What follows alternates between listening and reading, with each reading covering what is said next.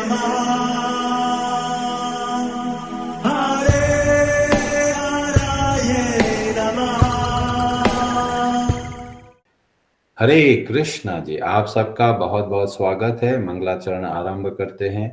ओम नमो भगवते वासुदेवाय। ओम अज्ञानतिमिरान्धस्य ज्ञानाञ्जनशलाकया चक्षुरोन्मिलितं येन तस्मै श्री गुरवे नमः। नमः ओम विष्णुपादाय कृष्णप्रेष्ठाय भूतले श्रीमते भक्तिवेदांत स्वामिनिति नामिने। नमस्ते सारस्वते देवे गौरवाणी प्रचारिणे निर्विशेष शून्यवादी पाश्चात्य देश तारिणे। जय श्री कृष्ण चैतन्य प्रभु नित्यानंद श्री अद्वैत गदाधर श्रीवासादि गौर भक्त वृंद। हरे कृष्ण कृष्ण कृष्ण हरे हरे, हरे राम राम राम हरे हरे। कार्पण्य दोषोपहत स्वभावः पृच्छामि त्वां धर्म सम्मूढचेताः। यच्छ्रेयः स्यान्निश्चितं ब्रूहि तन्मे शिष्यस्ते अहं शाधि मां त्वां प्रपन्नम्। हरे कृष्ण जी। भगवद गीता अध्याय 3 श्लोक नंबर 31 आरंभ करते हैं। व्रजेश्वरी जी, आप पढ़ेंगे संस्कृत। हरे कृष्णा। ये मे मतम् इदं नित्यम् अनुतिष्ठन्ति मानवः श्रद्धावन्तो अनुसूयन्तो मुच्यन्ते ते अपि कर्मभिः। हरे कृष्ण। हरे कृष्ण। ये जो मैं मेरे मतम आदेशों को इदम इन नित्यम नित्य कार्य के रूप में अनुतिष्ठन्ति नियमित रूप से पालन करते हैं मानवाह मानव प्राणी श्रद्धावंतः श्रद्धा तथा भक्ति समेत अनसूयंतः बिना ईर्ष्या के मुच्यन्ते मुक्त हो जाते हैं ते वे अपि भी कर्म भी सकाम कर्मों के नियम रूपी बंधन से। जो व्यक्ति मेरे आदेशों के अनुसार अपना कर्तव्य करते रहते हैं और ईर्ष्या रहित होकर इस उपदेश का श्रद्धा पूर्वक पालन करते हैं वे सकाम कर्मों के बंधन से मुक्त हो जाते हैं। हरे कृष्ण जी। भगवान श्री कृष्ण ने अपना बहुत ही महत्वपूर्ण मत ओपिनियन रखा। किस श्लोक में पता चलता है? 30वां जो श्लोक है उसमें बोला था, मयि सर्वाणि कर्माणि सन्यस्य अध्यात्म चेतसा निराशेर निर्ममो भूत्वा युध्यस्व विगत ज्वरः। एक ऐसा अद्भुत श्लोक है जो हम सबको बहुत अच्छे से याद करना है और हर समय इस श्लोक के हिसाब से अपने जीवन को चलाना है। जो व्यक्ति ऐसा करते हैं तो भगवान श्री कृष्ण श्लोक में बोलते हैं कि उनको क्या मिलेगा? मुच्यन्ते ते अपि कर्म भी, कर्मों के बंधनों से वे लोग मुक्त हो जाएंगे। और कर्मों के बंधनों से मुक्त हो जाने का क्या फायदा है? कि लोग सदैव प्रसन्न रह सकते हैं। तो भगवत गीता का ज्ञान हम सबको प्रसन्न बनाने में हमारी सहायता करते हैं, पर उसके लिए दो प्रमुख योग्यताओं की जरूरत है।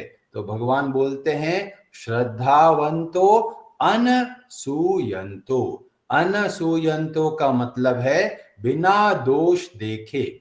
सामान्यतः हर व्यक्ति किसी न किसी के अंदर दोष देखता रहता है और भगवत गीता हमें प्रेरणा देती है दूसरों के अंदर दोष नहीं देखना है। और विशेषतया जब भगवत गीता की बात आती है तो भगवान श्री कृष्ण जब कुछ बोलते हैं तो हमें सावधानी से सुनना है, सावधानी से समझना है और सावधानी से अपने जीवन में भगवत गीता के सिद्धांतों का पालन करना है। अगर ऐसा करते हैं तो हम वास्तव में अनसूयंतो कहलाएंगे। नहीं तो जो व्यक्ति भगवान में दोष देखता है वही व्यक्ति भगवान के बताए हुए मार्ग के अनुसार नहीं चलते। बहुत बड़े बड़े विद्वान हम देखते हैं जिन्होंने भगवत गीता पर बहुत सारी कमेंट्री लिखी है, बहुत सारा तात्पर्य दिया, पर जब पूछते हैं कि कृष्ण कौन है तो बोलते हैं कृष्ण तो इमेजिनरी है, कृष्ण तो लाइट है। जो लोग ऐसा सोचते हैं वे वास्तव में भगवत गीता के अर्थ का अनर्थ कर देते हैं, क्योंकि ये लोग भगवान श्री कृष्ण से द्वेष रखते हैं। भगवान श्री कृष्ण कुछ शिक्षा देते हैं, पर ये लोग कैसे होते हैं जो अलग तरह की शिक्षा देते हैं। और इसीलिए हम सबको चाहिए कि जैसा भगवत गीता हमको शिक्षा देती है उसके हिसाब से जो हमको बताए वे लोग हमारे वास्तविक हितैषी है। जो लोग भगवत गीता के सिद्धांतों के अलावा कुछ बताना चाहते हैं वे हमारे सच्चे हितैषी नहीं है, वे हमको संसार में बांध कर रखना चाहते हैं। और इसीलिए हम सबको सावधान होना है कि कैसे लोगों का अनुसरण करना है और कैसे लोगों को छोड़ना है। बहुत सारे लोग गुरु तो बन गए हैं पर उनको पता नहीं कि गुरु की कितनी भारी जिम्मेदारी होती है। जब बोला गया ओम अज्ञान तिमिरांधस्य ज्ञानांजन शलाकया, गुरु वह होते हैं जो हमारे अंदर के अज्ञान रूपी अंधकार को दूर करे। पर बहुत सारे गुरु ऐसे हो गए जो हमारे अंधकार को बढ़ाए जा रहे हैं, हमको इस संसार में बांधे जा रहे हैं। तो ऐसे गुरुओं की हमको कोई आवश्यकता नहीं है।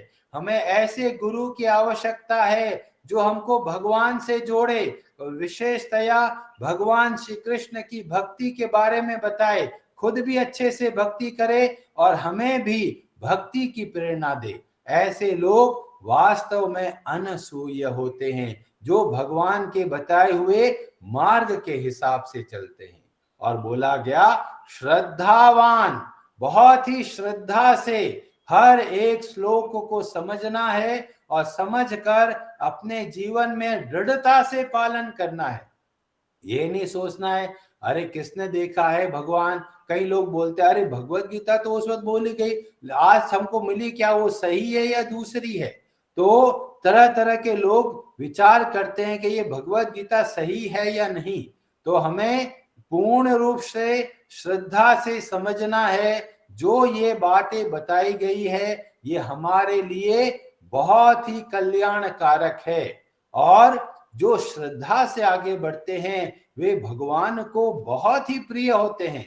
जो 12वां अध्याय के 20वें श्लोक में बोलते हैं ये तू धर्म्य अमृत इदम यथोक्तम पर्युपासते श्रद्धाना मत परमा भक्तास्ते अतीव में प्रिया। जो श्रद्धा से इस भगवत गीता को समझने का प्रयास करते हैं ऐसे लोग भगवान को बहुत प्रिय है।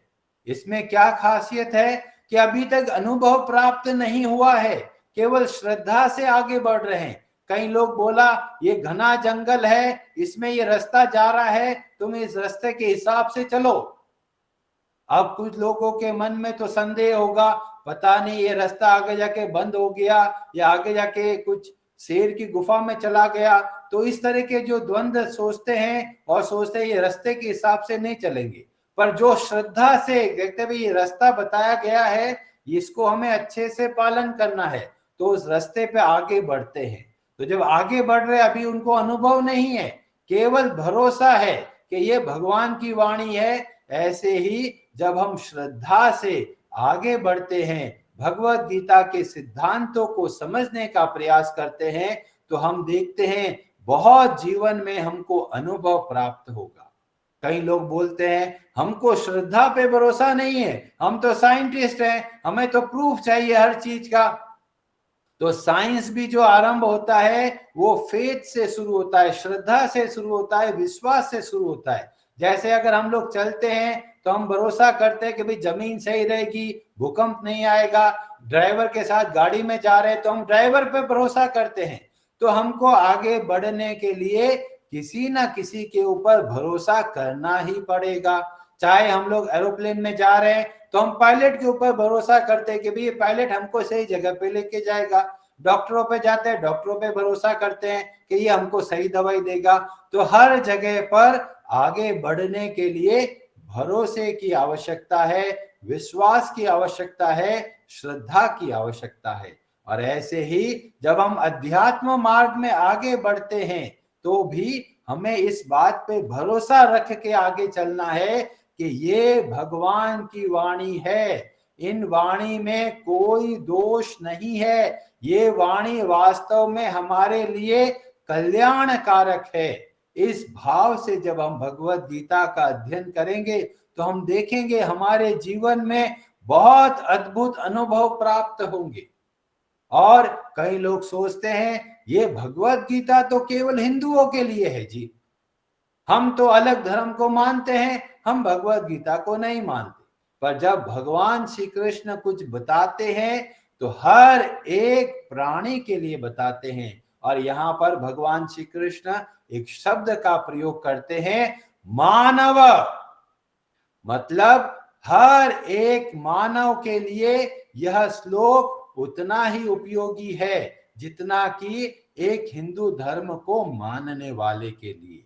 तो जब मानव शब्द का प्रयोग किया गया, इससे हमें पता चलता है भगवत गीता के सिद्धांत केवल हिंदुओं के लिए नहीं है, भगवत गीता के सिद्धांत हर एक मनुष्य के लिए है। क्योंकि मनुष्य या मानव दोनों के मूल के अंदर शब्द है मनु, और मनु है प्रथम मनुष्य जो कि ब्रह्मा जी से प्रकट हुए। कई लोग बोलते हैं अरे हमारे तो पूर्वज बंदर थे, ये सब बातें हमको भ्रमित करने वाली है। वास्तव में जो मनुष्य है वो सब मनु से प्रकट हुए, और इसीलिए मनु हमारे वंशज कहलाते हैं, हम मनु के वंशज कहलाते हैं। और मनु प्रकट हुए ब्रह्मा जी से, और ब्रह्मा जी प्रकट हुए भगवान विष्णु से, और भगवान विष्णु प्रकट हुए भगवान नारायण से, और भगवान नारायण प्रकट हुए भगवान श्री कृष्ण से। तो इस तरह से हमारा पूरा वंश है, और हमको ये नहीं सोचना है कि हमारे वंशज, हमारे जो पूर्वज थे वो बंदर थे। तो इसीलिए भगवत गीता को हमें अच्छे से समझना है। यहां पर बोला गया नित्यम अनुतिष्ठन्ति, मतलब भगवत गीता के सिद्धांतों को दृढ़ता से पकड़ना है, दृढ़ता से पालन करना है, जो जो भगवान श्री कृष्ण हमें शिक्षा देते हैं। और जैसे बोला गया अध्यात्म चेतसा, हमारी चेतना आध्यात्मिक होना चाहिए। आजकल लोग क्या करते हैं कि भाई पूजा करते हैं, जप करते हैं, भगवान का कार्य करते हैं, पर मन कहाँ है? मन संसार में लगा हुआ है। जब करना शुरू करते हैं सब के सब बातें याद आती है, अरे मेरे को इनकम टैक्स भरना था, उस डॉक्टर के पास दवाई लेना था, सब्जियां लेके आना था, हर तरह के विचार आते हैं जब हम भगवान के नामों का जप करते हैं। तो कोई समस्या नहीं है, पर हमको पता होना चाहिए कि हमारी परिस्थिति कैसे है। अब यहां से बदल कर हमें ऐसी जगह पर अपने मन को लेके जाना है कि संसार का कार्य कर रहे हैं पर मन को भगवान में लगाना है। अभी क्या है, अभी मन भगवान का कार्य करते हैं, मन को संसार में लगा देते हैं। पर अब हमको क्या करना है, संसार का कार्य कर रहे हैं पर मन को भगवान में लगाना है।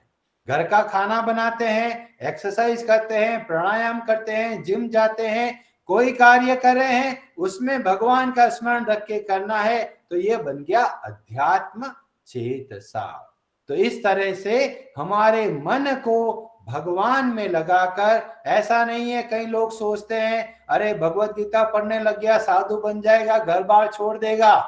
भगवत गीता हमको एक अच्छा व्यक्ति बनाता है, हमारे दायित्वों को हमें और अच्छे तरीके से करने में हमारी सहायता देता है। और इसीलिए भगवान के वचनों को अच्छे से समझकर हमें भगवत गीता के हिसाब से अपने जीवन को चलाना है। अर्जुन जैसा महायोद्धा पूरे विश्व में और पूरे ब्रह्मांड में जिनकी कीर्ति फैली हुई है, कितने महान योद्धा, वे भी भगवत गीता के लिए प्रेरित होते हैं और हमको प्रेरणा मिलती है। जो लीडर है, जो बहुत बड़े महापुरुष बनना चाहते हैं, उन सब के लिए भगवत गीता एक बहुत ही महत्वपूर्ण ग्रंथ है। हरे कृष्णा जी, आप सबका बहुत बहुत धन्यवाद।